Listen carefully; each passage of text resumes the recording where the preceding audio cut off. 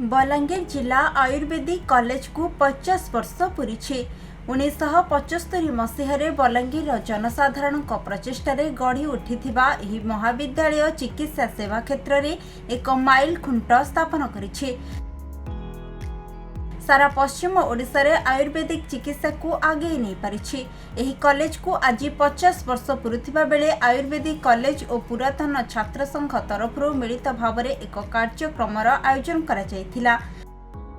1975 मसीह बलांगीर किछि गुणी ज्ञानी सुजन वृंद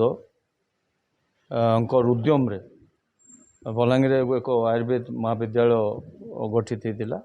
से समय बलांगीर जनसाधारण समस्ते सहयोग करथिले एवं यही अनुष्ठानटी दीर्घ 75 रु 85 पर्यंत बलांगीर जनसाधारण अर्थ दान द्वारा परिचालित होता।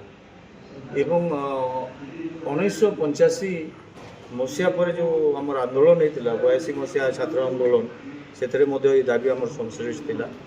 एवं पुणी 1984-85 पुणी स्ट्राइक होता बलांगीर धर्मघट होता समस्त सहयोग मिलता। एवं से समय जानकी सरकार को समय जो निष्पत्ति है जे बलांगीर आयुर्वेद कॉलेज को सरकारी स्तर में ग्रहण कर एवं 1985 पर ये कॉलेजटा सरकारी स्तर में मान्यता प्राप्त कला।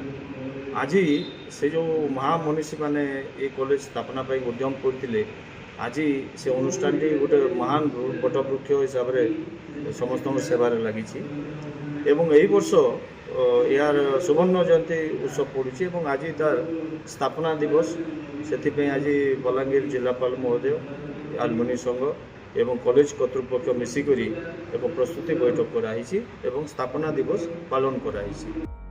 बलांगीर जिलापाल एही कार्यक्रम रे मुख्य अतिथि भाव में जोग देथिले। सभारे आयुर्वेदिक कॉलेज अर्ध शताब्दीर यात्रा संपर्क में आलोकपात कराजिबा सहित एठारे एक आयुष महाविद्यालय प्रतिष्ठा करने को दाबी उत्थापन होइथिला। आगामी समय रे 2 दिनिया सुवर्ण जयंती पालन कार्यक्रम कराजिबो बोली सूचना मिलिछि। ये सुवर्ण जयंती पालन करिया मिनिमम 3-4 मास है समस्त प्रकार प्रोग्राम केमते शुरू करिया तापे विभिन्न प्रकार आलोचना चक्र करि सारिछु। हमर एई अनुष्ठान रु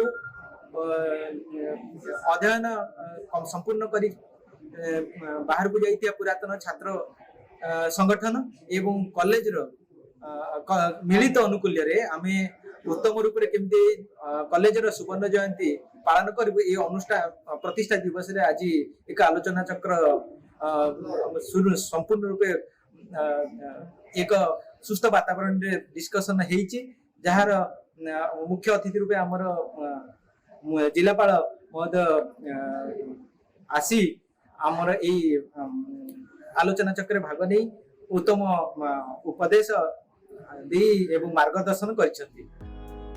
बलांगीर गुप्तेश्वर पृष्टिंक रिपोर्ट खबर ओडिशा।